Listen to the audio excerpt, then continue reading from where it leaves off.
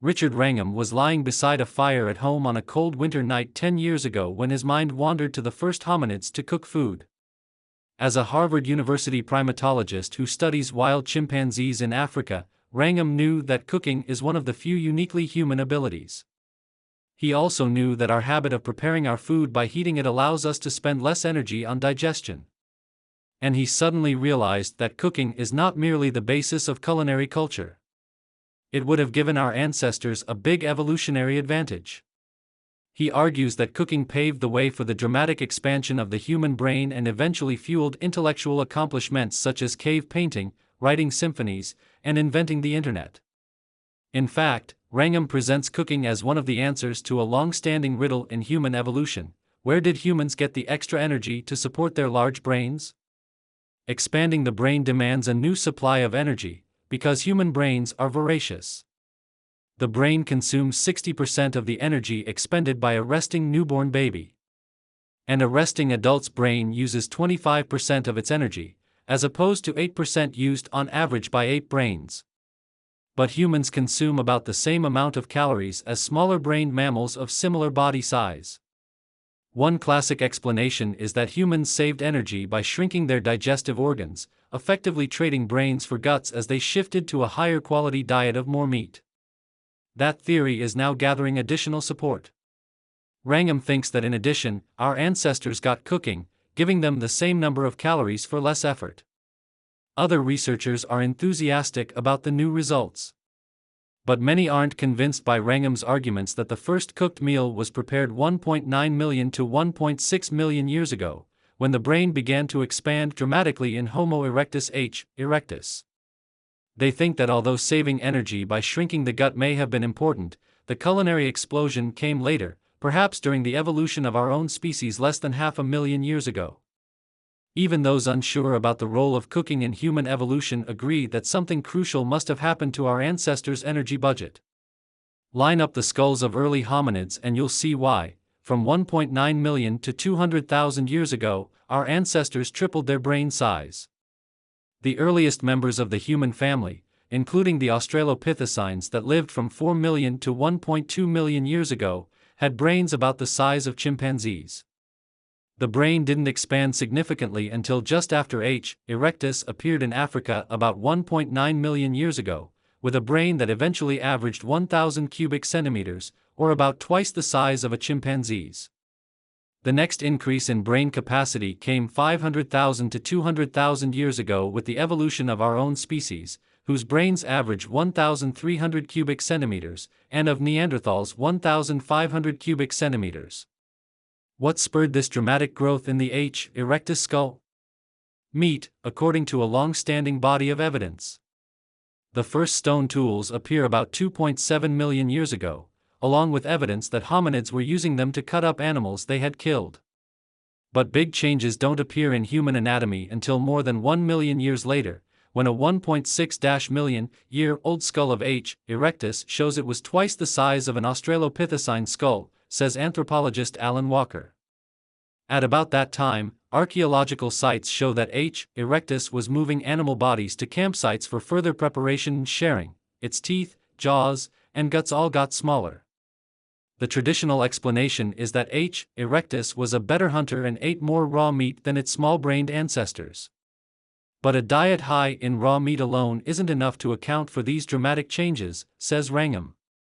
He notes that H. erectus had small teeth, smaller than those of its ancestors, unlike other carnivores that adapted to eating raw meat by increasing tooth size. He argues that whereas earlier ancestors ate raw meat, H. erectus must have been cooking it. Cooking produces soft, energy-rich foods, he says. To support his ideas, Wrangham went to the lab to measure the nutritional impact of cooking. He found almost nothing in food science literature and began to work with physiologist Stephen Secker, who studies digestive physiology in animals. Secker's team fed 24 snakes one of 4 diets consisting of the same number of calories of beef, cooked ground beef, cooked intact beef, raw ground beef, or raw intact beef. Then they estimated the energy the snakes consumed before, during, and after they digested the meat. Snakes fed cooked beef spent 12.7% less energy digesting it and 23.4% less energy if the meat was both cooked and ground. By eating cooked meat, less energy is expended on digestion, therefore, more energy can be used for other activities and growth, says Secker.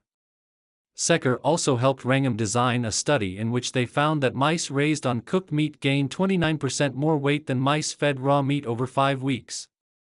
The mice eating cooked food were also 4% longer on average, according to early results. Mice that ate raw chow weighed less even though they consumed more calories than those fed cooked food. The heat from cooking makes the food easier to chew, and the calories in the food easier to absorb. This translates into less time spent chewing. Chimpanzees spend 5 hours on average chewing their food, whereas hunter-gatherers who cook spend 1 hour chewing per day. The immediate changes in body sizes in the mice also suggest that our ancestors would have been able to get rapid benefits out of cooking, says Wrangham. That's why he thinks there would be little time between learning to cook and seeing anatomical changes in humans, and why he thinks early H. erectus must have been cooking. Less chewing would lead to smaller jaws and teeth, as well as to a reduction in gut size, changes seen in H. erectus. Those changes would be favored by selection. Wrangham's analysis of nutritional, archaeological, and primatological data adds up to a hypothesis that hot cuisine fueled the brain. It's such a nice explanation, says anthropologist Leslie Aiello. She says the smaller teeth in H. erectus indicate to her that it wasn't chewing much tough raw food, something must be going on. If only there were evidence for fire. And that's the stumbling block to Wrangham's theories: cooking requires fire. Clear evidence of habitual cooking requires stone hearths or even clay cooking pots. Solid evidence for hearths, with stones or bones circling patches of dark ground or ash, has been found no earlier than 250,000 years ago in several sites in southern Europe.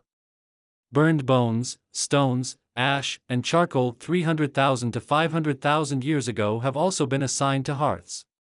And burned flints, seeds, and wood found in a hearth-like pattern have been cited as signs of controlled fire 790,000 years ago. But even the earliest of those dates are long after the dramatic anatomical changes seen in H. erectus, says Wrangham. He notes that evidence for fire is often ambiguous and argues that humans were roasting meat and roots around the campfire as early as 1.9 million years ago. Indeed, there are a dozen claims for campfires almost that ancient. Anthropologist Jack Harris has presented evidence of burned stone tools 1.5 million years ago, along with burned clay at 2 sites. H. erectus has been found at both sites. Claims by other researchers include animal bones burned at high temperatures 1.5 million years ago, and clay burnt at high temperatures 1.4 million years ago. But where there is smoke there isn't necessarily cooking fire. None of these teams can rule out beyond a doubt that the burns came from natural fires, although Harris argues that cooking fires burn hot at 600 degrees Celsius to 800 degrees Celsius and leave a trail different from that of bush fires, which often burn as low as 100 degrees Celsius. All the same, those most familiar with H. erectus aren't convinced they were chefs. Walker says that if the species was cooking with fire, he and others should have found campfires associated with its bones and stone tools.